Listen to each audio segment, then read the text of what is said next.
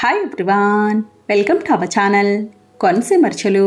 ఈరోజు మన వీడియోలో పేనీల స్వీట్ చూపిస్తున్నానండి. చాలా రుచిగా ఉంటుంది, చాలా సింపుల్గా చేసుకోవచ్చు. భలే ఉంటాయండి, పొరలు పొరలుగా. ఎవరైనా సరే ఈజీగా చేసుకోవచ్చు. ఎప్పుడు స్వీట్ తినాలి అనిపిస్తే అప్పటికప్పుడు సింపుల్గా చేసేసుకోవచ్చు. దీనికి ఇంగ్రీడియంట్స్ కూడా ఎక్కువేమీ అవసరం ఉండదు. చూడండి ఎంత బాగున్నాయో, తక్కువ టైంలో సింపుల్గా అయిపోతుంది. పేనీల స్వీట్కి 1 కప్పు మైదా పిండి తీసుకున్నాను. ఇవి మనకి క్వాంటిటీ కూడా ఎక్కువే అవుతాయి. ఇందులో కొద్దిగా ఉప్పు వేసి కలుపుకోవాలి. ఉప్పు ఎక్కువేం అవసరం ఉండదు, చాలా కొంచెం వేసుకోవాలి. ఇలా బాగా కలుపుకున్నాక 1 స్పూన్ నెయ్యి వేసి కలుపుకోవాలి. ఇది నెయ్యి గట్టిగా ఉంది కాబట్టి 1 స్పూన్ వేసానండి. ఒకవేళ పల్చగా ఉంటే కనుక మీరు ఒక 2-3 స్పూన్లైనా వేసుకోవచ్చు. మనం చపాతీ పిండి కలుపుకునేటప్పుడు ఎలా అయితే వేసుకుంటామో అలా వేసుకుంటే సరిపోతుంది. ఇలా బాగా కలుపుకున్నాక తగినన్ని నీళ్లు పోసి పిండి కలుపుకోవాలి. మనం చపాతీ పిండి కలుపుకునేటప్పుడు ఎలా అయితే కలుపుకుంటామో అదే విధంగా, కాకపోతే కొంచెం గట్టిగా కలుపుకోవాలి, లూజ్గా ఉండకూడదు. పిండి కొంచెం గట్టిగా కలుపుకున్నారనుకోండి, మనం చేసిన చపాతీలు పల్చగా వస్తాయి, పేనీలు క్రిస్పీగా ఉంటాయి. చూడండి ఇలా బాగా కలుపుకున్నాం కదా, ఈ విధంగా ఉండాలి. ఇలా కలుపుకొని మూత పెట్టేసి 1 అరగంట పాటు నానబెట్టుకోవాలి. అరగంట నానితే సరిపోతుంది.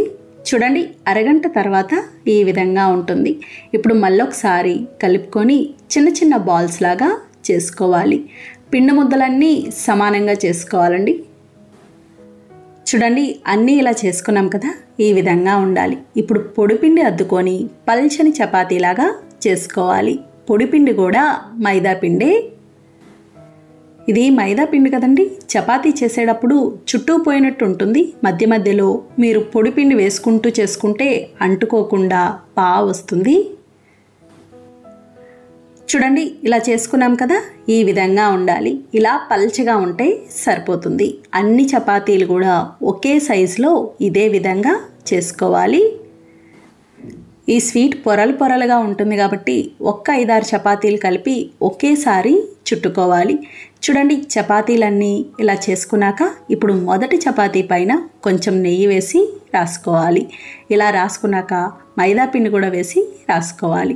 ఇప్పుడు ఇదే విధంగా ఇంకొక చపాతీ కూడా పెట్టి మళ్ళీ దానికి కూడా నెయ్యి రాసుకోవాలి.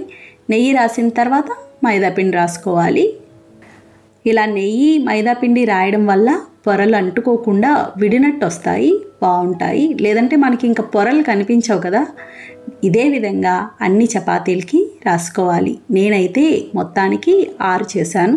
చూడండి 6ది పైన వచ్చింది కదా, పైన కూడా ఇలాగే రాసుకొని ఈ విధంగా చుట్టుకోవాలి. సన్నగా చుట్టుకుంటూ వెళ్ళాలండి, ముందే లావుగా చుట్టకూడదు. సన్నగా చుడితేనే పొరలు బాగా వస్తాయి. చూడండి మొత్తం అంతా ఇలా చుట్టుకున్నాక ఒక్కసారి లైట్గా ఈ విధంగా అనాలి, గట్టిగా నొక్కకూడదు. ఇప్పుడు 1 ఇంచ్ గ్యాప్తో ఈ విధంగా కట్ చేసుకోవాలి. బాగా లావుగా కూడా కట్ చేయకూడదు. చూడండి అన్నీ అలా కట్ చేసుకున్నాక ఈ విధంగా రౌండ్గా చేసి పైన లైట్గా ప్రెస్ చేసుకోవాలి. చూడండి ఎంత చక్కగా పొరలు కనిపిస్తున్నాయో. చూడండి అన్నీ ఇలా చేసుకున్నాక ఇప్పుడు మళ్ళొకసారి లైట్గా చిన్న అప్పడాలాగా ఒత్తుకోవాలి. గట్టిగా ఒత్తకూడదు, పొరలు సరిగ్గా కనిపించవు. ఇది మరీ పల్చగా ఉండకూడదు, మరీ మందంగా ఉండకూడదు, సమానంగా ఉండాలి. చూడండి ఎంత చక్కగా ఉందో. ఇదే విధంగా అన్నీ ఒత్తుకోవాలి.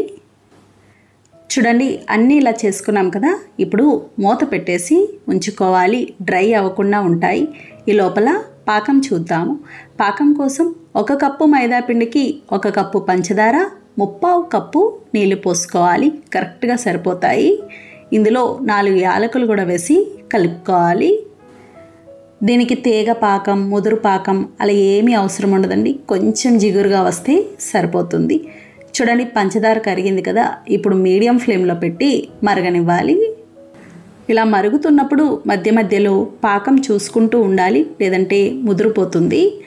ఇప్పుడు ఒకసారి పాకం చూద్దాము. ఈ విధంగా పట్టుకున్నప్పుడు చేతికి బాగా జిగురుగా తగులుతుందండి, స్టిక్కీగా ఉంటుంది.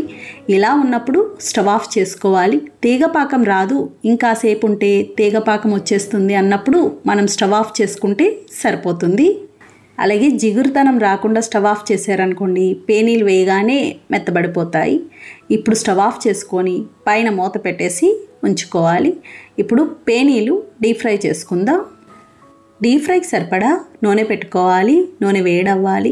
నూనె చాలా లైట్గా వేడవ్వాలండి, బాగా వేడవ్వకూడదు. చూడండి, ఈ విధంగా వేడవ్వాలి. ఇలా వేడయ్యాక పేనీలు వేసి మీడియం ఫ్లేమ్లో వేయించుకోవాలి. ఎందుకంటే ఇవి లోపల వరకు వేగాలి కాబట్టి. నూనె బాగా వేడయిందనుకోండి, పైన ముందే రంగు వచ్చేస్తాయి, లోపల అస్సలు వేగదు. మీరు ఒకేసారి 2-3 పేనీల వరకు వేయించేసుకోవచ్చు. చూడండి, 2 వేసుకున్నాం కదా, ఇవి మధ్య మధ్యలో అటు ఇటు తిప్పుతూ 2 వైపులా ఎర్రగా వేయించుకోవాలి. మంట మాత్రం పెంచకూడదు. చూడండి, ఇలా బాగా వేగినాయి కదా, నూనె కూడా నొరగ తగ్గింది. ఈ రంగు వస్తే సరిపోతుంది. ఇప్పుడు ఇవి ప్లేట్లోకి తీసుకోవాలి. కాసేపు నూనె వాడనివ్వాలండి. నూనె వాడాక మనం ముందుగా చేసుకున్న పాకంలో వేసుకోవాలి. పేనీలు ఇలా వేడిగా ఉన్నప్పుడే పాకంలో వేయడం వల్ల పాకం బాగా పడుతుంది. అలాగే ఇవి పాకంలో వేసిన తర్వాత ఎక్కువసేపు ఉంచాల్సిన అవసరం లేదు. ఒకసారి పాకంలో అటు ఇటు తిప్పి వెంటనే తీసేసుకోవాలి. ఇదే విధంగా మిగతావన్నీ వేయించుకోవాలి. మీడియం ఫ్లేమ్లో ఉంటే సరిపోతుంది. చూడండి, ఇవి కూడా ఇలా వేగినాయి కదా, ఇవి కూడా నూనె కాస్త వాడాక అప్పుడు పాకంలో ఒక్కొక్కటిగా వేసి తీసుకోవాలి. మీకు స్వీట్ ఇష్టం లేదు అనుకుంటే పిండి కలుపుకునేటప్పుడే ఉప్పు కాస్త ఎక్కువ వేసుకొని వాము కూడా వేసి కలుపుకోవచ్చు. ఇలా పేనీలు వేయించుకున్నాక పైన కారం చల్లుకుంటే సరిపోతుంది. మనం స్వీట్ కాబట్టి చేసింది ఉప్పు తక్కువ వేసాము. చూడండి, అన్నీ ఇలా చేసుకున్నాం కదా, ఎంత బాగున్నాయో కదా, పైన అలా పొరలు కనిపిస్తూ. అలాగే ఇందాక మనం పాకంలో వేసాము. ఒకవేళ పాకంలో వేయడం ఇష్టం లేదు అనుకుంటే ఇలా పేనీల పైన పంచదార పొడి చల్లుకోవచ్చు. పేనీలు వేడివేడిగా ఉన్నప్పుడే పంచదార పొడి చల్లుకుంటే సరిపోతుంది. పాకంలో వేసినవి కొంచెం సాఫ్ట్గా అవుతాయి, పంచదార పొడి చల్లనివి క్రిస్పీగా ఉంటాయి. రెండు రకాలుగా ఉంటాయండి. దేని టేస్ట్ దానికి ఉంటుంది. ఇవి మనకి 4-5 రోజుల వరకు నిల్వ ఉంటాయండి, అస్సలు పాడవు. చూసారు కదా ఫ్రెండ్స్, చాలా సులభంగా 2 రకాలు తయారు చేసుకున్నాం. నచ్చిందండి వీడియో? మీకు నచ్చితే లైక్ చేయండి, షేర్ చేయండి, కామెంట్ చేయండి. Thank you for watching.